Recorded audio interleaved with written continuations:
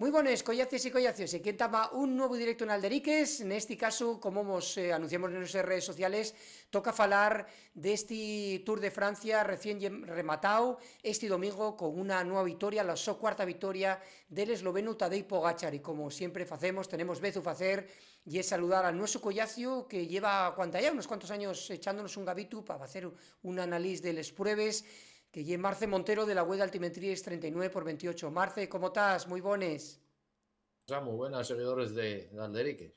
Bueno, a lo primero, eso, Tadej Pogačar una vegada más, con eso, con un nuevo título, el cuarto tour que tienen esos vitrines, ¿no?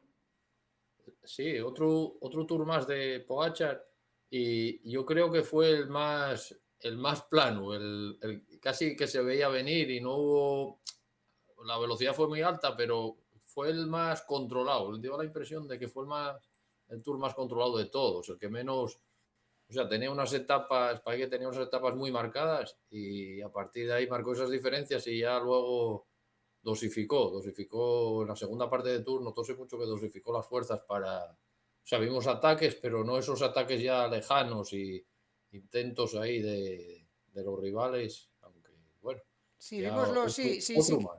O sea que haciendo un resumen rápido, unas villas rápidas, y lo que más a mí también llamóme la atención, ¿no? A ti y lo que más te llamó la atención el tema este de la táctica de Pogačar. Sentía yo ayer y mesmo a Machín, el manager general del UAE, del Emirates, y decía eso, que también con la edad pues uno va haciéndose como más calculador, ¿no? Y notóse que él al final Tadej Pogačar, que tenía esa diferencia y que non convenía arriesgar. Por exemplo, vimoslo na cabera etapa en París, en Montmartre, como él, cuando Van Aert se escapa, como él tampoco quiere arriesgar porque, oye, igual cae con los huesos en suelo y pierde todo lo que ganó hasta ese momento, ¿no?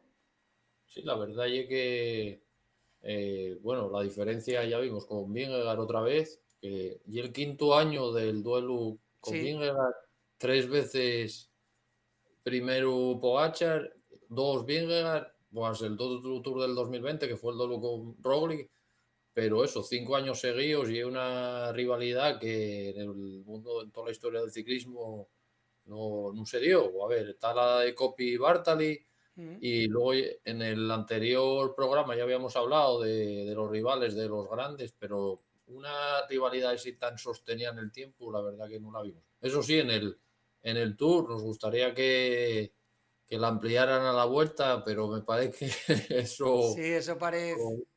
este año por lo menos vamos a quedarnos con la miel en los labios. Sí, eso parece, eso falaremoslo tamén cando faigamos, hai que facer acordanza a la xente que para mediados de agosto aproximadamente, pues entama un poquillín máis alantre, 20 y pico, entama la Vuelta a España e fadremos un especial de la Vuelta a España.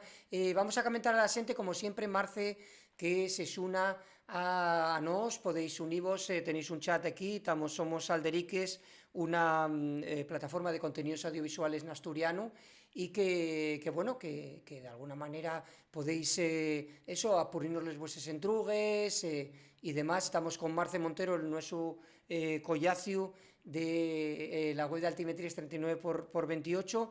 Eso, a lo primero, facendo un análisis global deste Tour 2025, foi un Tour entretenido, foi un Tour competitivo, como lo viste, Marce? Creo fue más entretenido en la primera mitad. Lo que hablábamos también en el anterior programa de esa primera mitad de Tour, que era de etapas muy, que sin muritos, que había mucha variedad. Luego ya venía la alta montaña, pero esa primera parte que el Alpecin sobre todo dio mucho espectáculo, con Van der Poel, con, bueno, Jasper Philipsen, que se cayó en la segunda, pero bueno, ya en la primera Mm. etapa ya consiguió la victoria. Y el Alpecin eso, dio bastante espectáculo, bastantes corredores. El mismo Pogačar también se metió en fregados ahí, en la etapa del Mur de Bretaña. Y hasta ahí sí que yo creo que el Tour tenía buen nivel. A partir de ahí fue buena carrera, a los que nos gusta el ciclismo disfrutamos, pero ya para la general sobre todo ya quedó muy, muy marcado, muy... muy sentenciado. No, no había, a ver, las declaraciones de Vingegaard en la misma carrera, parecía que sí, que voy a saltar, pero no daba esa sensación de el mismo Visma, el mismo equipo de Vingegaard, sí que parecía que había envejecido mucho. Lleva Ya, 2 o 3 años los gregarios de Vingegaard, que sí que ya parecía que no estaban al mismo nivel de esos 2022, 2023, que fueron, yo, para mí fueron los que marcaron sobre todo la diferencia con Pogacar. Bueno, Vingegaard y un gran corredor y eso, pero luego la diferencia marcaba la del equipo. Y esta vez sí que dio la impresión de que el equipo que tenía Vingegaard no marcó tanto la diferencia, porque sí que es verdad que luego la diferencia en la general fue de 4 minutos y pico, que sí, sí que hay tiempo, pero entre estos dos, que los tenemos visto, ya ves, 5 años así pegarse, unas veces gana uno, otro, tampoco fue una diferencia tan marcada, que a lo mejor en una etapa concreto, como pasó esos años que ganó Vingegaard, arman ahí la marimorena lejos de meta, que lo intentaron el día del Col de la Loce, pero ya no, eso, faltaba ahí algo, a mí dio la impresión de que faltaba equipo ahí. ya entiéndote. ¿Viste alguna etapas trampes que te sorprendieron? O no sé, ¿qué te pareció el tipo de contrarreloj, los puertos escollidos? De alguna manera tuvo bien equilibrado